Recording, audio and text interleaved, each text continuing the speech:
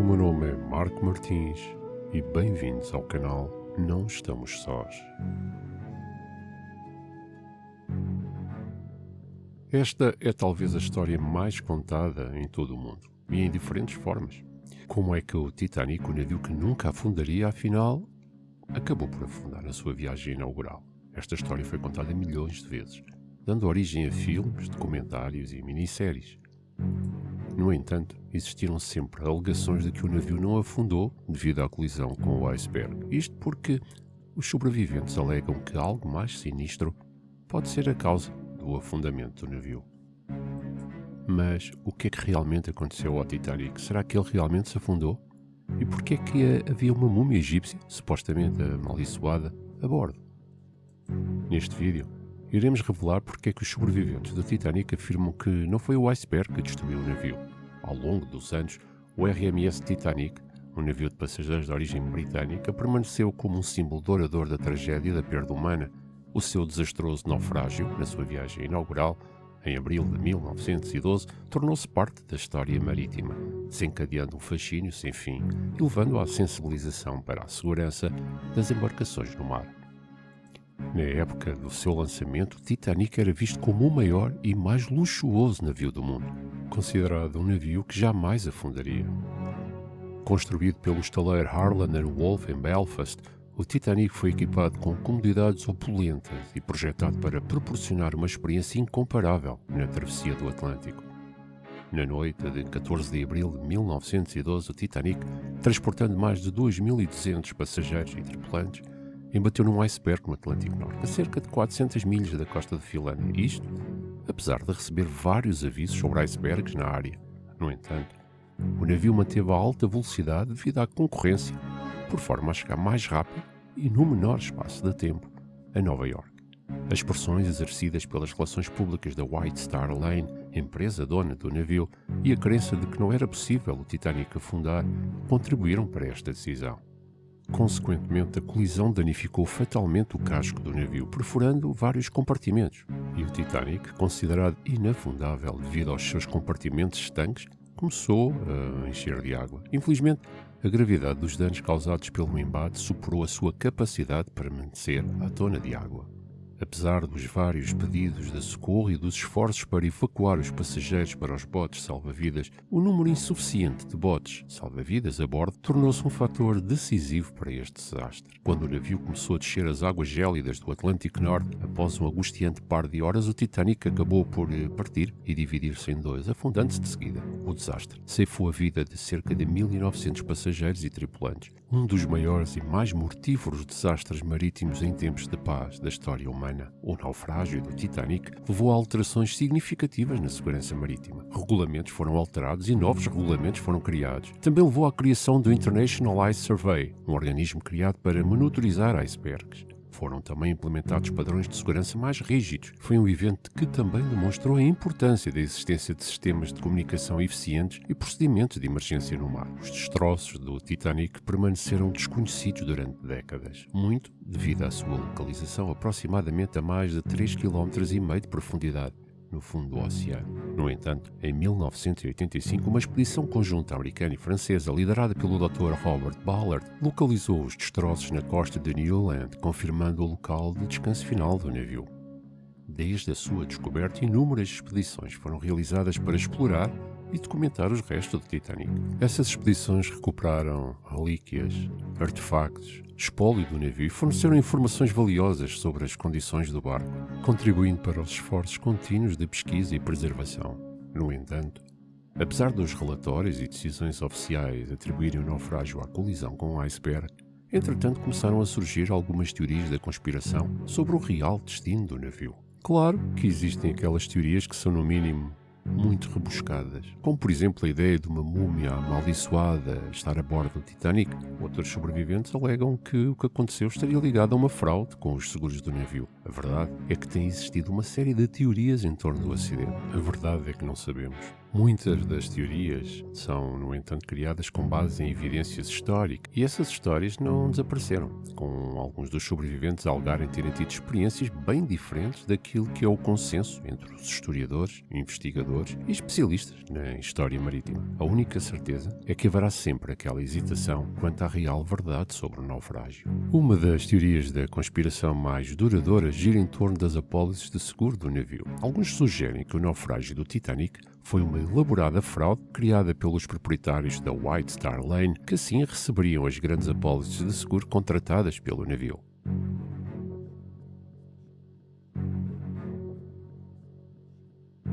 Essa teoria ganhou popularidade ao constatar-se que o proprietário da companhia White Star Line sobreviveu ao naufrágio num salva-vidas. Alguns sobreviventes, inclusive, afirmam terem visto etiquetas na louça e nos móveis do Titanic, mas que pertenciam a um outro navio. Hoje, vamos analisar as causas mais prováveis do naufrágio, apoiadas por depoimentos dos sobreviventes. Uma das teorias mais controversas e complexas sobre o Titanic foi apresentada por Robin Gardner no seu livro Titanic, o navio que nunca afundou. Esta teoria girava em torno de uma suposta troca com o navio irmão do Titanic, o RMS Olympic, tendo sido, segundo esta teoria, o navio que realmente afundou e não o Titanic. No seu livro, Gardner baseia-se em vários eventos e coincidências que ocorreram nos meses, dias e horas que antecederam o naufrágio do Titanic. Ele concluiu que o navio que afundou era na realidade o Olympic, disfarçado como se fosse o Titanic. Desta forma, os seus proprietários utilizariam o navio para obter os milhares de dólares que estariam envolvidos nas apólices de seguro. Isto foi feito através da International Myrtle Marine Group, que era controlado pela American Finance JP Morgan, que adquiriu a White Star Line em 1902. O Olympic era o irmão mais velho do Titanic, construído lado a lado e quase em simultâneo com o seu irmão mais famoso, mas lançado ao mar um pouco antes, em outubro de 1910. O seu perfil externo era quase idêntico ao do Titanic, excepto em alguns pequenos detalhes, como por exemplo o espaço existente das janelas no convés B e a seção do convés do Titanic propriamente dita, que havia sido fechada apenas algumas semanas antes de ele zarpar na sua malfadada viagem inaugural.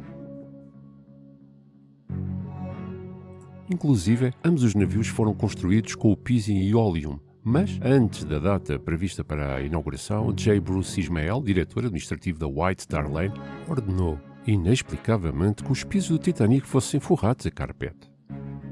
A 20 de setembro de 1911, o Olympic envolveu-se numa colisão com o navio de guerra da Marinha Real, HMS Hawke, num canal de acesso ao porto de Southampton enquanto realizava manobras sob a vistoria de um piloto do porto marítimo. Os dois navios estiveram tão próximos um do outro que o movimento do Olympic o fez colidir com o Hawke a estibord, causando enormes danos no transatlântico, acima e abaixo da linha de água. Posteriormente, um inquérito realizado pelo almirantado britânico atribuiu a culpa ao Olympic, apesar de existirem numerosos relatos de testemunhas que diziam precisamente o contrário. Foi este evento que acabou por dar contexto histórico à teoria de Gardner. O Olympic foi considerado culpado na colisão e, segundo Gardner, danificou os apoios centrais da turbina e entortou a quilha, dando ao navio uma ligeira inclinação permanente para bombordo. Por causa desta descoberta, as seguradoras Lloyd's de Londres supostamente recusaram-se a pagar o sinistro à White Star Line e, em consequência deste acidente, o transatlântico ficou na doca seca durante um largo período para a reparação dos danos causados. A data da conclusão do Titanic já estava atrasada devido ao Olympic. Ora, com o retorno ao estaleiro após a perda da pá da hélice, teria que voltar a ser adiada. Tudo isto representaria uma grave perda financeira para a empresa. Gardner afirma que, para garantir que pelo menos um dos navios ganhasse dinheiro, ele foi consertado e depois convertido para se tornar o Titanic, sendo que o verdadeiro Titanic, quando estivesse concluído, entraria sorrateiramente ao serviço como sendo o Olympic. O Titanic, que navegou de facto, tinha escala no porto de Southampton. Segundo alguns depoimentos de vários sobreviventes, a tripulação parece ter demonstrado alguma falta de profissionalismo em várias ocasiões, incluindo Lawrence Beasley, que escreveu no seu livro sobre o naufrágio: "Chamei a atenção da nossa mesa para a forma como o Titanic se encaminhava para o porto.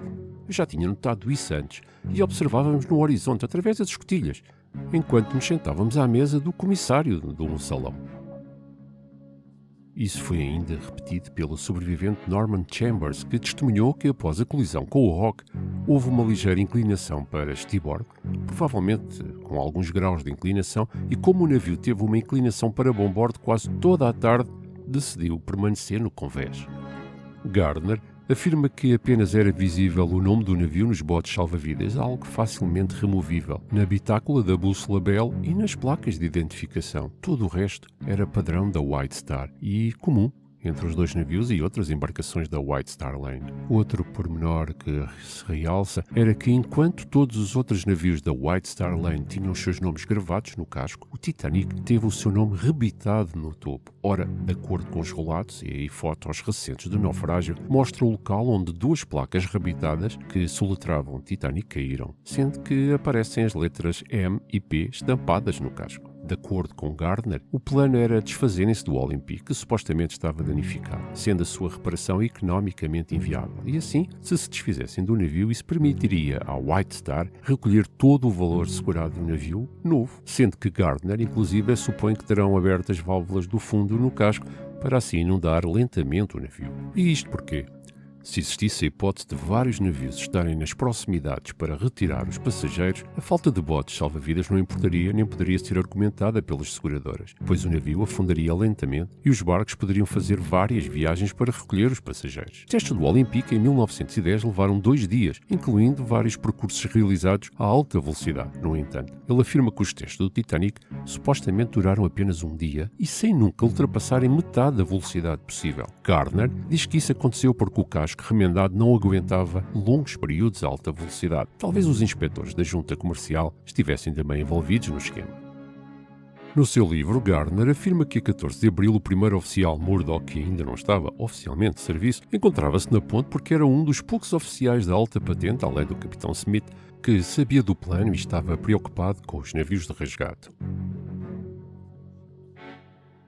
Uma das declarações mais controversas de Gardner é que o Titanic não embateu num iceberg, mas sim num navio de resgate do IMM, que estava à deriva na zona com as luzes apagadas. Gardner baseou esta hipótese na ideia de que o suposto iceberg foi avistado a tão curta distância pelos observadores do Titanic porque, na verdade, era um navio às escuras. Ele também não acreditou que um iceberg possa infligir danos tão graves e prolongados a um navio de aço de casco duplo, como era o caso do Titanic. O mesmo Gardner afirmou que o navio atingido pelo Titanic foi aquele que foi visto pelo USS California a disparar foguetes de socorro na sua direção. Isto explicaria a inação do USS California, que tradicionalmente é visto como tendo sido incapaz de ajudar o Titanic depois deste lançar os seus próprios foguetes de socorro.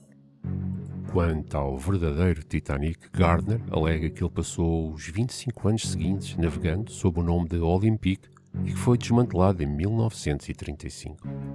Ainda, segundo Gardner, a intenção não era matar ninguém a bordo. Se o plano tivesse dado certo, o navio teria afundado lentamente e perto de um outro navio que pudesse supostamente resgatar a tripulação e os passageiros. Então, por que é que o plano deu errado? Segundo Gardner, o transatlântico acabou embatendo acidentalmente num outro navio estacionado e às escuras, pronto para o resgate dos passageiros. Navio que os passageiros e os tripulantes mais tarde confundiram com o iceberg. Esta teoria, por muito rebuscada que possa parecer, cresceu ao longo dos anos, dadas as peculiaridades que circundam a viagem inaugural do Titanic e dos seus navios irmãos. Também os testemunhos dos sobreviventes ajudaram, e de que maneira, a atiçar a chama desta teoria.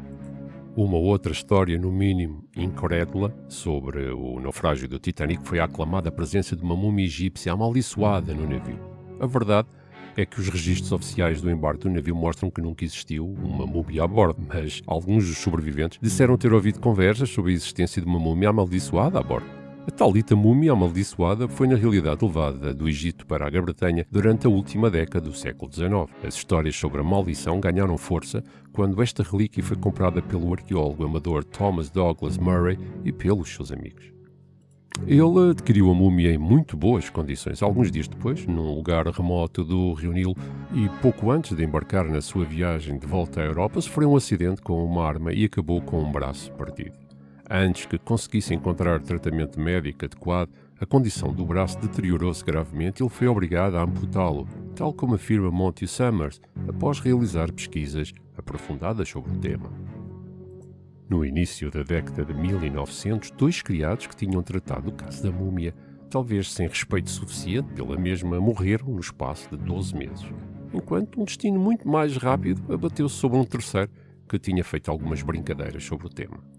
O infortúnio acompanhou quase todos os que tiveram contacto com a múmia, desde a sua chegada à Europa, como é o caso de Miss War Hunt, que recebeu a múmia como sendo um presente, e desde o momento em que esta relíquia egípcia encontrou abrigo sob o seu teto, a Sra. Hunt sofreu perdas financeiras consideráveis. Eventualmente, ela acabou por doar a múmia ao Museu Britânico.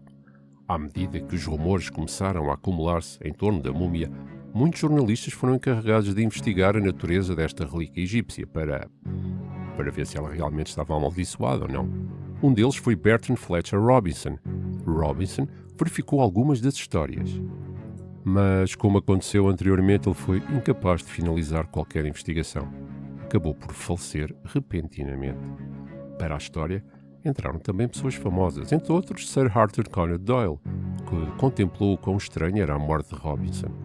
Talvez o famoso escritor não quisesse perder uma boa história policial. Não perderia um momento para comentar a morte de Robinson. Talvez tenha sido causada devido ao facto do Sr. Robinson ter iniciado uma investigação das histórias da malevolência da múmia. Doyle também terá alertado a Robinson sobre a múmia, mas o jornalista continuou o seu trabalho de qualquer maneira. O escritor acabou por confirmar que a causa imediata da morte foi a febre tifoide. Mais tarde, a história desta múmia leva-nos a Murray e ao seu amigo, o famoso jornalista William Stead, que infelizmente perdeu a vida no desastre do Titanic. Murray interessou-se pelo paranormal e a certa altura ouviu a história sobre uma mulher em Inglaterra que também tinha uma múmia importada do Egito. Depois da mulher ter exibido a múmia numa das salas de sua casa, no dia seguinte, tudo o que existia naquela sala e que se podia partir foi encontrado destruído. Algo que continuou a acontecer, mesmo noutros cantos da casa, não importando onde quer que fosse que a senhora colocasse a múmia. Esta história chamou a atenção por se tratar de uma múmia que tinha sido trazida do Egito. Agora descansa entre os pertences do museu. Falemos agora de Stead, um jornalista que foi acreditado para ver a múmia após ter realizado algumas das primeiras notícias sobre a maldição desta relíquia. Depois de examinar o artefacto, ele sentiu que a expressão no rosto na caixa de que guarda a múmia era de uma alma viva em tormento. Outra curiosidade é que este mesmo jornalista se encontrava a bordo do Titanic como passageiro de primeira classe. Ele embarcou nesta viagem devido à sua participação num congresso no Carnegie Hall. Ele foi convidado pessoalmente pelo presidente Taft. No entanto, ele foi visto pela última vez, lendo um livro, na sala de fumo, nos alojamentos de primeira classe do Titanic. Após a sua morte, um testemunho feito por um dos sobreviventes disse que Stead havia partilhado a história sobre a maldição do caso da múmia a bordo do Titanic nos dias anteriores à tragédia ter acontecido. Eis que surgem então alegações que o Museu Britânico poderia, supostamente, querer remover este item infeliz do seu espólio devido ao seu historial. Segundo a notícia, o museu havia providenciado a venda da múmia em causa para um museu sediado na América, razão pela qual a múmia teria ido parar a bordo do Titanic e, presumivelmente, terá sido por tudo isto que o Titanic colidiu com o iceberg e se dividiu em duas partes. A única e grande desvantagem desta história é que, de acordo com os registros oficiais, a múmia estava no museu no momento em que o Titanic afundou. E levanta a seguinte questão: mas afinal, o que é que aconteceu com o Titanic? Embora se possa ficar tentado a aceitar o relato oficial que o Titanic terá embatido num iceberg, convém relembrar que não existe qualquer teoria da conspiração que não tenha algo de verdade na sua gênese. Será que um iceberg seria mesmo capaz de partir um barco daquela envergadura em dois? Talvez. Mas a verdade mesmo é que nunca saberemos. O meu nome é Marco Martins e este foi mais um Não Estamos Sós.